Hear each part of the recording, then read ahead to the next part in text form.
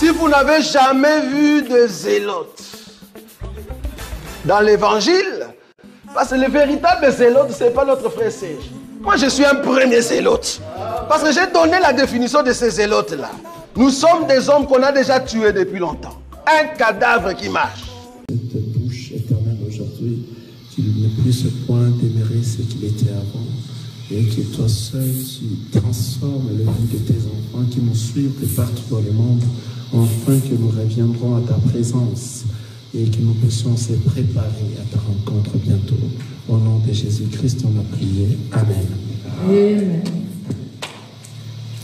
Jonas, chapitre 1, premier verset, jusqu'à la fin. Ces hommes furent saisis d'une grande crainte de permis et ils offrirent un sacrifice à l'Éternel et ils firent lever. Amen. Amen. Que le Seigneur bénisse la lecture de la parole et beaucoup plus les explications de sa parole. Alléluia. Amen. Nous avions parlé depuis jusqu'à ce temps de Jonas. Alléluia. Nous avions dit notre thème c'était le plan de la rédemption. Dans les plans de la rédemption, en réalité, le Seigneur devait aller à Ninive. Quelqu'un me comprend? En réalité, le Seigneur devait venir chez les nations. Mais comme le soleil doit se réveiller le matin, ça doit d'abord parcourir. Alléluia. C'est pour cela le matin, le Seigneur est passé par le peuple du matin qui est Israël avant d'arriver chez les nations qui est le peuple du soir. Quelqu'un a compris là-bas lorsqu'on est en train d'expliquer? Nous allons encore aujourd'hui réexpliquer petit à petit pour aller jusqu'à ce que nous allons voir comment est-ce que Jonas est reparti à Ninive. Après avoir, nous verrons tout cela dans 2 jours qui viennent. Et là-bas, lorsqu'il est reparti à Ninive, qu'est-ce qui s'est passé? Après avoir prêché Ninive, qu'est-ce qui est arrivé? Comment était Jonas qui va repartir? Et puis, il va revenir encore comme les 2 anges pour aller prêcher où? En Israël. Alléluia. Et nous avions dit que Jonas représente notre Seigneur Jésus-Christ. Donc, Jonas est l'ombre de notre Seigneur Jésus-Christ. Lorsqu'il est sorti d'un endroit, c'est comme le soleil qui sort dans un endroit. Psaume chapitre 19. Amen. Qui sort d'un endroit comme un époux. Vous voyez? Donc, c'est comme Jonas aussi est sorti, car Jonas a reçu une parole provenant du Seigneur. C'est la parole du Seigneur qui est venue sur la terre. Alléluia. Or, le vrai nom de notre Seigneur Jésus-Christ, c'est la parole de Dieu. Amen. De la même manière que nous avions aussi parlé par rapport à Joseph. Alléluia. Nous avions dit aussi Jonas et Joseph et David, tout ceci, ce sont l'ombre de notre Seigneur Jésus-Christ. Car l'objectif de Jonas, c'était d'arriver à Ninive. Amen. Or, Jonas ne devait pas arriver à Ninive sans pour autant passer chez ses frères. Or, ses frères ici, c'est dans le navire. Il a été demandé d'aller où? En Ninive, mais Jonas s'est choisi d'aller à Tarsis, qui n'a jamais arrivé à Tarsis, mais il a passé tout son temps où? Dans les navires. Dans les navires, c'est Israël. Alléluia. Donc c'est dans Israël qu'il devait aller d'abord voir ses frères avant de venir chez les nations. Quelqu'un a vu ça? On a déjà parlé de ça, ça sont que des rappels. Amen. Dans la vie de Jonas, nous donne l'idée de notre Seigneur Jésus-Christ. De la même manière que nous avions aussi parlé de Joseph. Amen. Il a été envoyé par son père. Lisons ça. Genèse chapitre 37, le verset 12. Je vois Genèse, chapitre 37, le verset 12. Je vais lire au nom de Jésus-Christ. Le frère de Joseph étant allé à Sichem. Suivez très bien. Amen. Parce que vous devez donner des enseignements auprès de ceux qui ne sont pas là ou bien auprès de ceux qui ne comprennent pas encore la parole. Afin qu'ils comprennent que depuis au commencement, c'était que des choses qui devaient se réaliser jusqu'à l'arrivée de notre Seigneur Jésus-Christ. En fait, la parole de Dieu, c'est la répétition des choses qui se sont déroulées dans la loi, dans ce qui veut dire dans l'ombre. Et le Seigneur Jésus-Christ, la réalisation de tout ce qui s'est passé dans l'ombre. Amen. C'est pour cela notre évangile, nous parlons évangile de Christ. Donc là on ne parle que de notre Seigneur Jésus-Christ. Tout est christocentrique. Donc on parle du tour de notre Seigneur Jésus-Christ dans la parole du Seigneur. Amen. Voilà, nous sommes en train de lire Genèse chapitre 37. Nous lisons le 12e verset. Le frère de Joseph étant allé à Sichem pour faire paître les troupeaux de leur père, Israël dit à Joseph, tes frères ne font-ils pas paître le troupeau à Sichem? Viens, je vais t'envoyer vers eux. Et il répondit, mais voici. Alléluia. Mais voici, je viens. Ô Père, que tu fasses de moi ta volonté. Vous vous souvenez de cette écriture? C'est lui maintenant, Joseph, ici. Donc le Seigneur Jésus-Christ prenait beaucoup de couleurs avant même qu'il vienne sur la terre. Il y a eu beaucoup de fois, il y a eu beaucoup de répétitions qu'il s'est répété de lui-même dans l'ancienne alliance, afin qu'il puisse se réaliser et qu'il soit visible. Quelqu'un voit ça? Voilà. Il dit, mais voici. 14. Israël lui dit, va, je t'ai pris et voici tes frères sont en bonne santé. Et si le troupeau est en bon état, et tu m'en rapporteras des nouvelles. Il envoya ainsi de la vallée d'Hébron, et Joseph alla à Sichem. Un homme le rencontra, comme il errait dans le chemin, il le questionna en disant, que cherches-tu? Joseph répondit, je cherche mes frères. Dis-moi, je t'ai pris où ils font paître leurs troupeaux.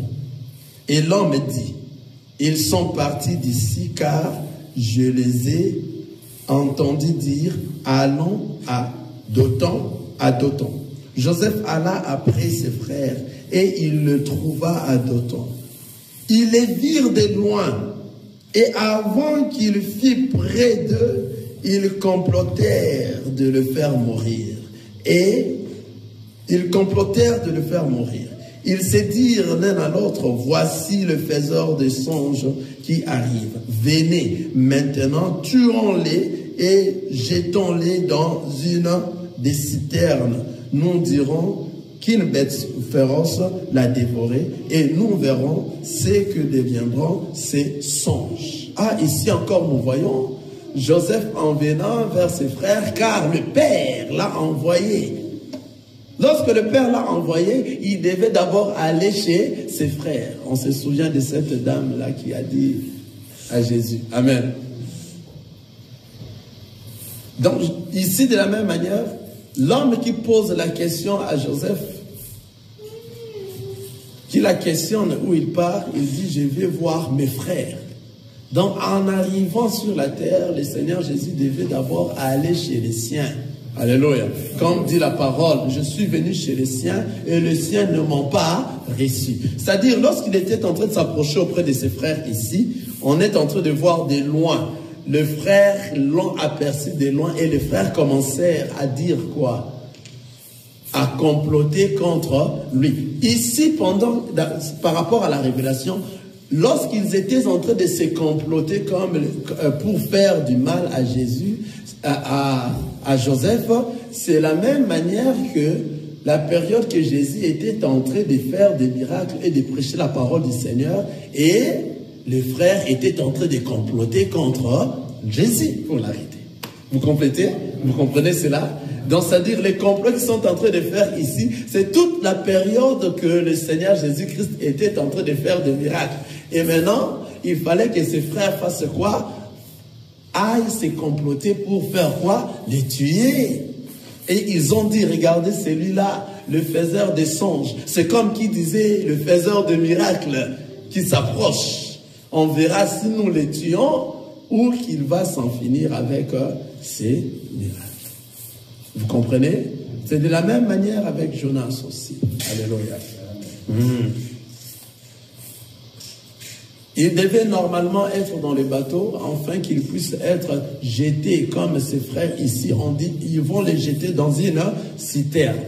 Comme Jonas aussi devait être jeté où? Dans la mer, où s'agiter. Hein? Afin que la mer se fasse quoi? C'est calme. Pourquoi Jonas doit être jeté? C'est pour que Israël, afin que tous ceux qui étaient dans le navire aient quoi? La vie. Parce qu'ils se sont dit qu'ils vont jeter tous leurs histoires, afin que tout le bien soit jeté et que le navire reste léger. Afin qu'ils fassent quoi? Qu'ils sauvent leur vie. Mais il y a eu une personne qui devait sauver leur vie en se jetant lui-même, en se donnant comme sacrifice, afin que la vie de tous ces gens-là soit comment? Sauvée. Donc cette personne, c'était Jonas. La personne de notre Seigneur Jésus-Christ en Jonas, c'est lorsqu'il s'est dit, jetez-moi. Et une fois que vous me jetez, c'est comme ici Joseph aussi, on doit le jeter où? Dans le citerne. Et une fois que vous jetez Jonas, tous ceux qui seront là auront quoi? La vie sauve. Vous voyez? Donc, c'est-à-dire, la personne qui a porté pour venir voir si ses frères sont en bonne santé, voir les bonnes en bonne santé, c'est-à-dire, tu dois apporter la nourriture afin que le frère soit en bonne santé. Joseph, qui venait pour voir ses frères. Mais en venant, avec tout ce qu'il avait, on complotait contre lui pour le faire descendre. Amen. C'est-à-dire, Israël n'a pas reçu leur frère. Israël a rejeté le Seigneur Jésus-Christ. Et maintenant, ici, lorsqu'on est en train de parler de Jonas, après avoir que Jonas soit jeté dans l'eau, on dit qu'il y a un poisson, on dit un poisson, un gros poisson qui est venu, Jonas est entré dans le ventre de ces poissons. Or, nous savons que toute chose a été créée. Et tous les animaux ainsi que les humains, nous tous, nous avons été créés par la terre. Alléluia. C'est-à-dire, en réalité, Jonas était jeté où? Sous la terre, dans le ventre du poisson. Quelqu'un voit ça? Maintenant, il fallait que Jonas soit jeté. Nous allons en venir ici dans cette partie que je vais parler ici. Je ne fais que sonder. Jonas, normalement, a été jeté. Mais où est-ce que Jonas a été jeté? Ce n'était pas à Ninive. Amen. Quelqu'un voit avec moi? Voilà, nous allons dire ça. Pour voir que Jonas n'a pas été jeté en Ninive. Qu'est-ce que nous dit la parole? Parce que après avoir que Jésus soit ressuscité, il a encore marché avec les apôtres. Il était où? En Israël. Ça, c'était la première sortie de notre Seigneur Jésus-Christ. Je vois, quelqu'un ne me voit pas encore. Voilà, vous ne me voyez pas. Nous allons lire Jonas, chapitre 2, le verset 11. J'espère. Quelqu'un qui est là rapidement. Jonas, chapitre 2, verset 11. L'Éternel parla au poisson, et le poisson vomit Jonas sur la terre. Quelqu'un a vu ça? L'Éternel parla au poisson et le poisson vomit Jonas où? Sur la terre. Or, dans la parole et dans la révélation ici, la terre représente Israël. C'est-à-dire, après avoir que le Seigneur soit ressuscité, il a encore marché avec ses disciples où? En Israël. Quelqu'un a vu ça? Quelqu'un voit ça? Donc, il devait encore repartir pour maintenant revenir sous forme du Saint-Esprit. Lorsqu'il va revenir sous forme du Saint-Esprit, c'est ainsi qu'il viendra chez les nations. Quelqu'un ne voit pas. Alléluia. C'est-à-dire, Jonas a été jeté où? Sur la terre. Or, la terre dans la Bible représente quoi? Israël. Quelqu'un voit? C'est-à-dire, être jeté, c'est le Seigneur Jésus-Christ qui est ressuscité. Quelqu'un voit ça? Être jeté par le poisson, c'est le Seigneur Jésus-Christ qui est ressuscité. Être jeté par le peuple qui était dans le navire. Ils ont pris Jonas, ils l'ont jeté dans l'eau. C'est prendre le Seigneur Jésus-Christ, le tuer et le jeter ou le mettre où dans le sépulcre. Après 3 jours, il fera quoi? Il sera ressuscité. Amen.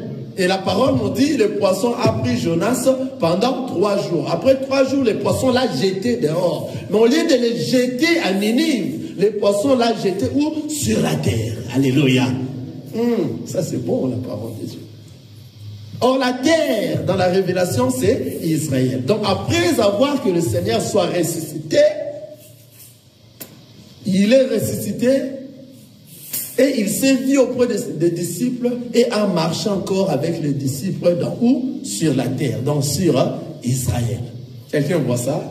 Avant maintenant que le Seigneur vienne auprès de nous, il faut que le Seigneur monte et que le Saint-Esprit maintenant descende pour venir chez les nations. Aujourd'hui, nous sommes dans les temps de la grâce. C'est le Saint-Esprit qui nous conduit. Quelqu'un voit ça? C'est-à-dire, après cela, lis encore Jonas chapitre 3, premier verset. Vous allez voir que il a été jeté sur la terre. Donc, il a été retourné où? En Israël. Parce qu'il est ressuscité. Il est vivant. Le peuple d'Israël, on l'a envie marcher encore pendant combien de jours? Pendant combien de jours, docteur, vous pourrez m'aider? Le Seigneur Jésus-Christ a marché encore avec ses disciples pendant combien de jours? 40 jours. En Israël. Et tout le monde l'envie. Qu'il a vaincu la mort. Alléluia. Parce que c'est lui qui était Jonas, qui a été jeté où? Dans le ventre du poisson. Le ventre du poisson, ici, c'est le sépulcre. Là où on a enterré le Seigneur Jésus. Après 3 jours, il a fait quoi? Il est ressuscité. Comme il est ressuscité, il va se faire voir à quel peuple? D'abord, à Israël.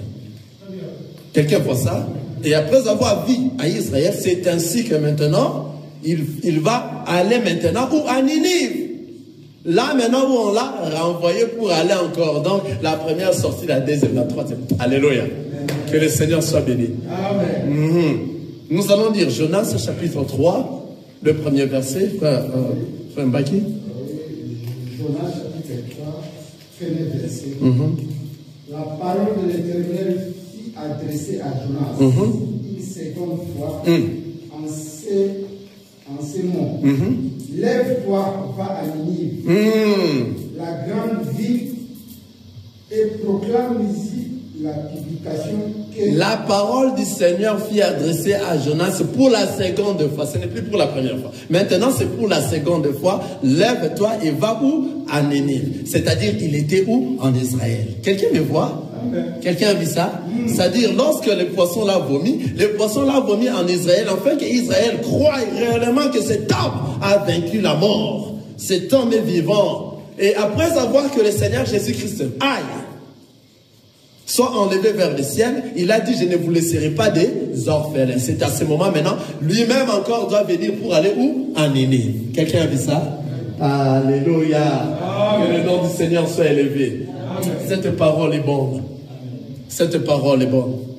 Lorsque maintenant il va venir à Ninive, c'est pour le peuple, c'est pour les nations qui doivent en bénéficier maintenant, les temps de la grâce, conduit par le Saint-Esprit. Tout celui qui a le Seigneur Jésus-Christ dans lui, il a des discernements du bien et du mal. C'est ainsi que nous allons entrer dans la gloire, nous serons enlevés, parce que le Saint-Esprit qui habite dans nous va nous faire discerner ce qui est bon, agréable et parfait.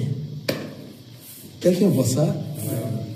C'est la même chose avec Joseph. Alléluia. Ça, c'est très bien la parole du Seigneur. C'est très bien. Vous voyez comment est-ce que le Seigneur lui-même a préparé ses paroles? Il a fait des choses en répétition. Lui-même, il a fait embrasser les Écritures comme des écailles. Alléluia. Qui forment son corps. C'est ainsi que maintenant, nous sommes en train de voir Joseph, la même chose, qui a été enterré dans la citerne, et puis il est sorti où? Alléluia. Ça, c'est la parole du Seigneur. De la même manière que nous avions aussi dit que c'est Jonas que nous sommes en train de dire, c'est prophète Jonas que nous parlons, il est l'ombre de notre Seigneur Jésus-Christ, et puis il est l'ombre de notre Seigneur Jésus-Christ, lui, Joseph, et qui? Moïse, et qui encore? David. Alléluia. Prenons l'exemple de David. Nous sommes en train d'illustrer seulement comment est que le Seigneur Jésus-Christ est venu dans ce monde pour nous libérer, nous, les nations d'abord, dans le plan de la rédemption. Donc, ça dit, dans le plan de la rédemption, nous devions être libérés d'abord, nous, les nations. Alléluia. Et après viendra quoi? Israël. Mais comme lui, le soleil de la justice, il devait faire son parcours. C'est pour cela le soleil doit se lever quoi? Le matin.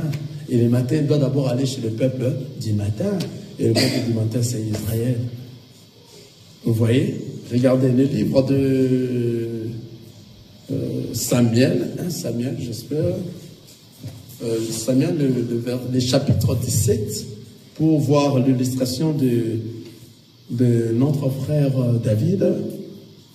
Samuel, chapitre 17, je vais lire à partir du verset 12. Amen. Suivez encore une fois de plus, nous allons comprendre ces choses, que le Seigneur est merveilleux. Regardez, suivez très attentivement, c'est ici que je vais, en tout cas aujourd'hui, me pointer un peu pour donner l'image de ce que nous devons, comment est-ce que nous devons marcher pendant que nous sommes dans les temps de la grâce. Amen. Regardez, David. Or, David était fils de cet Ephrathien de Bethléem, de Juda, nommé Isaïe, qui avait 8 fils. Tenez tous ceux que nous sommes en train de lire ici. Il avait 8 fils. Et qui, du temps de Saoul, était vieux, avancé en âge. Les 3 fils aînés d'Isaïe avaient suivi Saoul à la guerre. Le premier-né de ces 3 fils qui étaient partis pour la guerre s'appelait Eliab, le second Abinadab et le troisième Shama. David était le plus jeune. Et lorsque les 3 aînés eurent suivi Saoul, David s'en alla de chez Saoul et revint à Bethléem pour faire paître le brebis de son père. Le Philistin s'avançait matin et soir, et il se présenta pendant 40 jours. Isaïe dit à David, son fils, prends pour tes frères cet épha de grains rôtis et ces 10 pains, et cours au camp vers tes frères.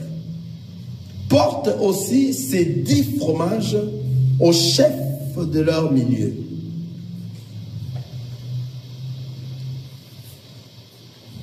Tu verras si tes frères se portent bien et tu m'en donneras de nouvelles sûres. Ils sont avec Saoul et tous les hommes d'Israël dans la vallée de Térébinth. Hein, j'ai bien prononcé? Térébinth, faisant la guerre aux Philistins. David s'éleva de bon matin.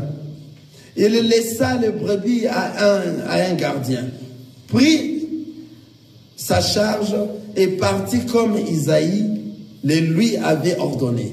Lorsqu'il arriva au camp, l'armée était en marche pour se ranger en bataille et pousser des cris de guerre. Israël et les Philistins se formèrent en bataille, armée contre armée. David remit les objets qu'il portait entre les mains du gardien des bagages et courut vers le rang de l'armée. Aussitôt arrivé, il demanda à ses frères comment il se portait. Tandis qu'il parlait avec eux, voici le Philistin de Gath, nommé Goliath, s'avança entre les 2 armées, hors du rang des Philistins. Il tint le même discours que précédemment et David les entendit. À la vue de cet homme, tous ceux d'Israël s'enfuirent devant lui et furent saisis d'une grande crainte. Je vais d'abord me limiter par là. Regardez David. David encore d'ailleurs beaucoup plus éclaircissant dans la parole du Seigneur. Le Seigneur l'a donné quoi? De la nourriture pour amener auprès de qui? De ses frères. Vous voyez? Afin qu'il aille voir s'ils sont en bonne santé et autres. David, on l'a donné de la nourriture. Donc David, qui a de la nourriture? C'est le Seigneur Jésus-Christ encore, qui apporte la nourriture, qui est la parole de Dieu. Amen. Et la parole est venue chez les siens, et les siens ont fait quoi? Ne l'ont pas reçue. Maintenant, la parole nous dit que David, le père de David qui a envoyé David, la parole précise que ce père avait combien? 8 fils. 8 enfants. Lisons ça encore. Or, David était fils de cet Ephratien de Bethléem, de Juda, nommé Isaïe, qui avait 8 fils. Les 8 fils doivent être expliqués ici. Alléluia. Regardez. Il avait 8 fils.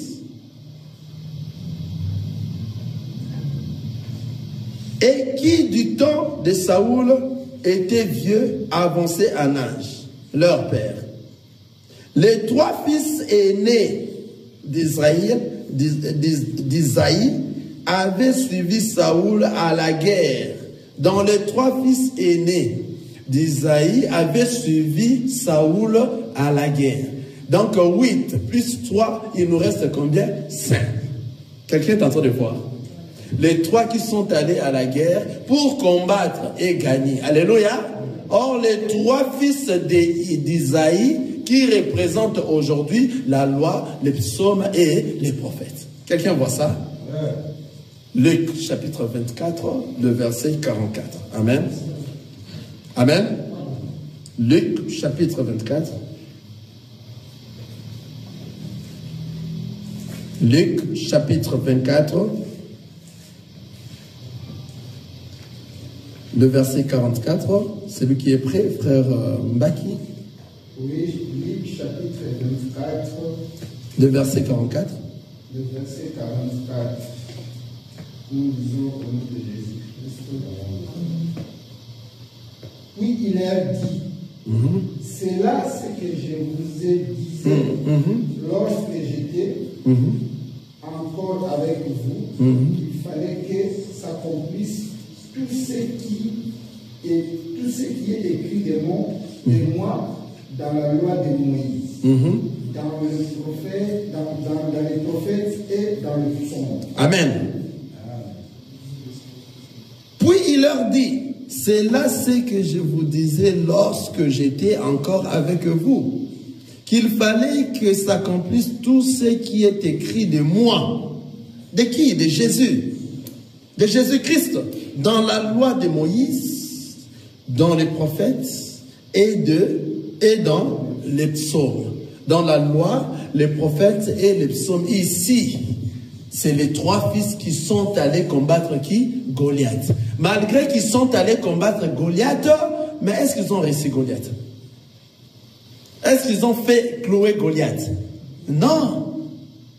C'est-à-dire la loi ne pourrait pas nous donner la vie, la force. Dans ces 3 fils qui sont allés en premier dans l'ancienne alliance ne peut pas nous donner la vie. Alléluia. Il fallait qu'il ait une personne qui va sortir des 5 qui sont restés. Quelqu'un commence à voir ça. Vous voyez? Donc il y avait 8 fils. Suivez-moi très bien. Dans les 8 fils, il y a eu 3 qui sont déjà allés. Alléluia. Mais les 5 qui sont restés. Dans les 5, il y a un qui doit sortir. Et le 1 qui va sortir ici dans les 5, il va compléter là-bas, il sera le 4e personne. Alléluia. C'est lui qui va combattre maintenant Goliath. Ça c'est bien. Et lorsqu'il va combattre Goliath, il va répondre cette écriture ici. Hein? Pour combattre Goliath, il doit répondre cette écriture pour se dire que moi qui suis sorti du 5, c'est moi seul qui dois aller et puis je vais combattre Goliath. Il est allé. La Bible nous dit, la parole nous dit, il ramasse combien? 5 pierres. Alléluia. Mais dans les 5 pierres, il fait sortir qu'un seul pierre et puis il lance. C'est un seul pierre qui va aller faire tomber qui? Goliath. Quelqu'un a vu ça? Dans les 8 qu'on a mis ici, ce n'est pas un hasard, la parole de Dieu. Ce n'est pas un hasard. Dans les 8 là, qui représente toute la parole de notre Seigneur Jésus-Christ, du début jusqu'à la fin. Les trois qui sont alliés, c'est l'alliance, c'est l'ancienne alliance. Et le Seigneur Jésus-Christ qui doit venir à la 4e position. Sortant de quoi? Sortant des 5 qui étaient restés. Donc dans lui, le Seigneur Jésus-Christ est 5. C'est les 5 ministères. Après son départ, il a maintenant laissé les 5 ministères, afin que dans les 5 ministères, que nous puissions avoir la vie aujourd'hui. Quelqu'un voit ça? C'est pour cela qu'il a repris la même action. Il s'est dit non, nous sommes 5, mais je prends un seul. Il a ramassé 5 pierres. Il les met dans ça. On dit soit quoi? Jubissière. Il a pris 5 pierres, il a mis. Mais il a fait sortir qu'un seul pierre qui est lui, qui doit rejoindre ses frères pour faire un nombre de 4. Alléluia. Car ils étaient 3. Ils n'ont pas pu combattre Goliath. Il fallait que le 4e personne vienne. C'est notre Seigneur Jésus-Christ. C'est lui David. Lorsqu'il est venu, c'est lui maintenant qui va faire quoi? Renverser David. Car le 4e personne, c'est Judas. Judas, c'est le lion de tribu de Judas, notre Seigneur Jésus-Christ. Dans le fils de Jacob, le 4e fils, il s'appelait Judas. Or, notre Seigneur Jésus-Christ est descendu du lignée de Judas. Lui à qui le sacerdoce n'a pas été ordonné. Alléluia.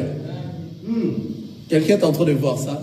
C'est lui maintenant qui va prendre et venir sauver, nous faire entrer où dans sa gloire. Nous qui sommes qui? Nous qui sommes à Ninive. Nous qui sommes quoi? Les nations. Il fallait qu'une 4e personne vienne dans le feu. Shadrach, Meshach et Abednego. Les trois là représentaient les psaumes, représentaient les prophètes et représentaient quoi aussi? La loi. Ils étaient là 3, mais le feu allait leur dérober. Mais il fallait qu'une 3e personne vienne dans le feu, afin que le feu ne fasse quoi? Ne leur dérobe. Daniel, chapitre combien? Merci Seigneur Jésus-Christ. Le livre de Daniel, chapitre 3.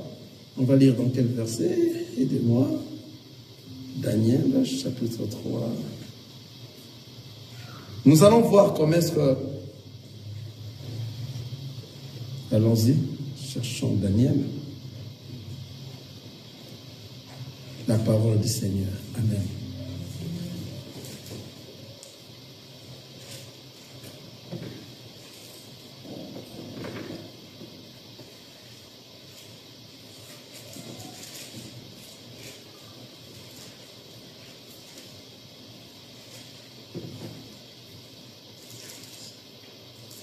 C'est dans Daniel chapitre 3, je cherche le verset.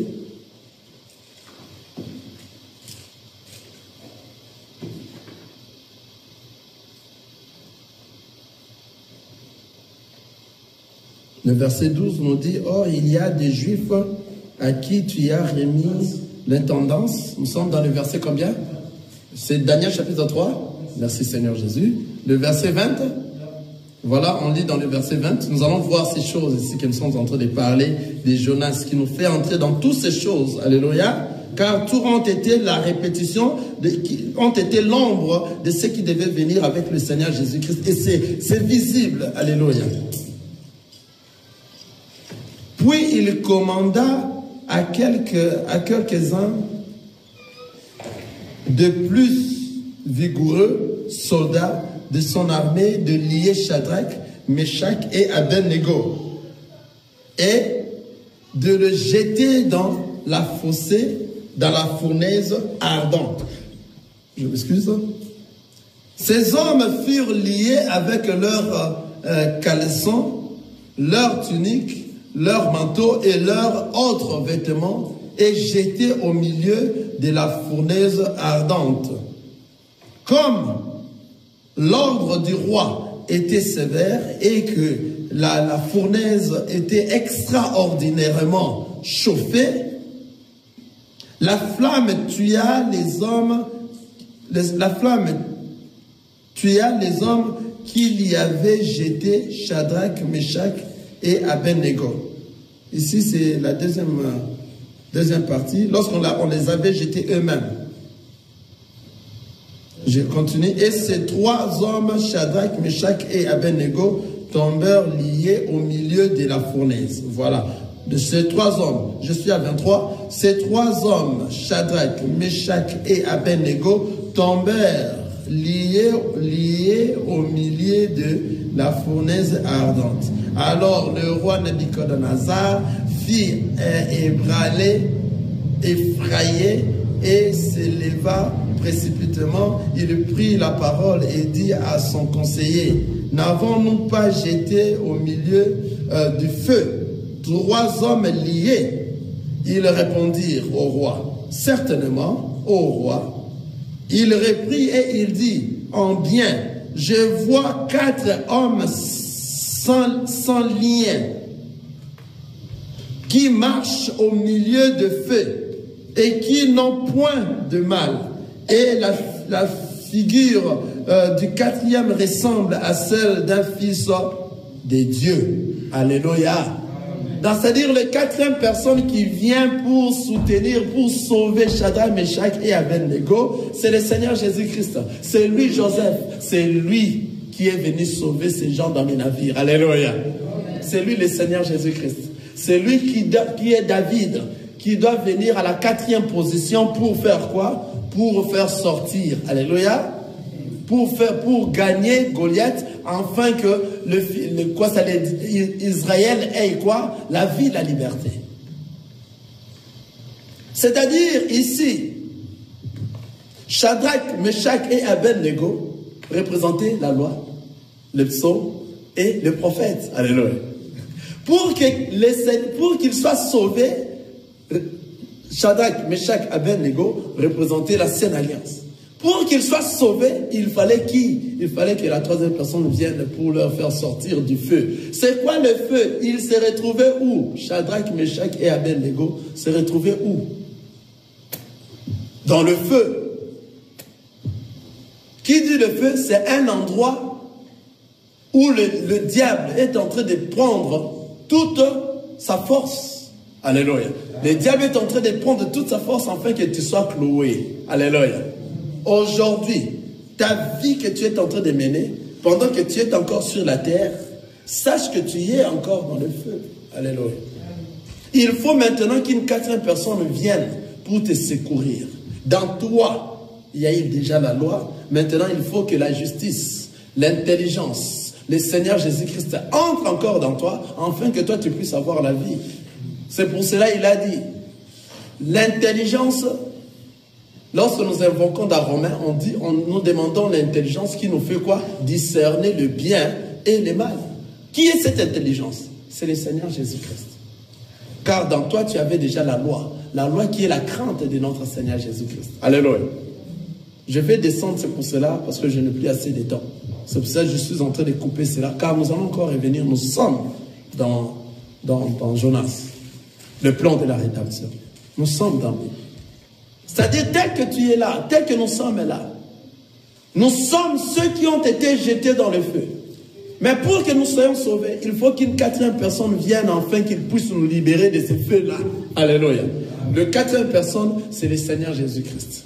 Nous sommes là, devant Goliath. Goliath, c'est qui? C'est tous tes problèmes que toi tu as. Alléluia. Ce sont des choses que tu n'arrives pas à quitter. C'est ta richesse. Des choses que lorsque tu ne les fais pas, tu ne te sens pas bien à l'aise. Tu es dans le péché. Car Goliath est en train de mener ta vie. Il te dirige, il te combat. Il crie chaque matin, midi, soir. Tu ne sauras pas se débarrasser de Goliath. Mais il fallait qu'une personne vienne pour te faire sortir du Goliath. Cette personne doit tuer Goliath. C'est ainsi que toi, tu auras la vie. Alléluia. La personne qui devait tuer Goliath, c'est David. La personne qui devait tuer Goliath, c'est le Seigneur Jésus-Christ. Lui seul qui doit tuer Goliath afin que nous puissions avoir la vie. Sans lui, on n'a pas la vie. Tout celui qui a le Seigneur Jésus-Christ a la vie. La vraie vie que nous parlons ici, c'est la vie éternelle. Ce n'est pas ce que nous voyons ici dans ce monde. Ce n'est pas les biens de ce monde. C'est-à-dire, il faut accepter, inviter Goliath dans ta vie. Alléluia. Saul. Je disais, il faut accepter, inviter le Seigneur Jésus-Christ dans ta vie pour que Goliath soit mort dans toi. Si toi, tu ne veux pas inviter le Seigneur Jésus-Christ dans ta vie, Le Goliath va te tuer. Parce que ce n'est pas à tout le monde qui doit s'étaler afin que le soleil puisse le brûler. Quelqu'un voit ça? Cette dame des cantiques des cantiques. Quelqu'un a vu ça? Ne mets pas cas des montagnes noires. Que c'est le soleil qui m'a fait, c'est ça. Qui m'a fait ça. Donc, c'est-à-dire le soleil de la justice qui sort doit te brûler. Mais avant que le soleil te brûle, il faut que toi-même, tu ailles t'étendre afin que le soleil puisse te brûler. Si tu ne veux pas t'étendre, tu ne veux pas te laisser auprès du soleil afin que le soleil ne te brûle, tu n'auras pas cette brûlure. Or, tous ceux qui partent à la plage, là, je ne sais pas, aux plages, il y a le soleil qui leur frappe, surtout les blancs qui aillent être frappés par le soleil. Cet soleil qui frappe, ça fait mal dans le corps. Lorsque le soleil est en train de frapper, ça va te faire mal. C'est pour ça, lorsque nous parlons de notre Seigneur Jésus-Christ, sachez que nous n'allons pas parler pour te faire plaisir. Nous allons parler de celui-là qui va te faire mal. Car il doit te brûler. Tu dois être brûlé, calciné, tu deviendras noir. C'est ainsi que tu deviens une fille de Jérusalem. Si tu n'es pas encore calciné, tu n'es pas encore noir, tu ne vas pas voir le Seigneur Jésus-Christ. C'est pour cela, nous, lorsqu'on t'observe comme ça, nous savons déjà que celui-là est déjà noir. Ta façon de se comporter, ta façon de mener ta vie, tes fruits vont te faire voir auprès de tes frères que celui-là, c'est notre frère. Et nous saurons, même si tu es en train de te cacher, de faire l'apparence, nous savons, nous reconnaissons nos frères et nos sœurs par notre teinture noire, car nous sommes brûlés par le soleil. Alléluia. La personne qui nous brille, le soleil de la justice. Et on se laisse afin que le soleil puisse nous brûler. C'est-à-dire, lorsqu'on se laisse, nous acceptons que cette parole, de la manière que ça doit être, que cela puisse détruire ce qui est mauvais dans nous détruire à l'intérieur de nous, afin que nous naissons d'une nouveauté de vie et que nous devenons de nouvelles créatures en Jésus-Christ. Nous reprenons encore cela le dimanche prochain. Que le Seigneur vous bénisse. Alléluia. Nazako matangai, nazako matangai, nga nazako matangai.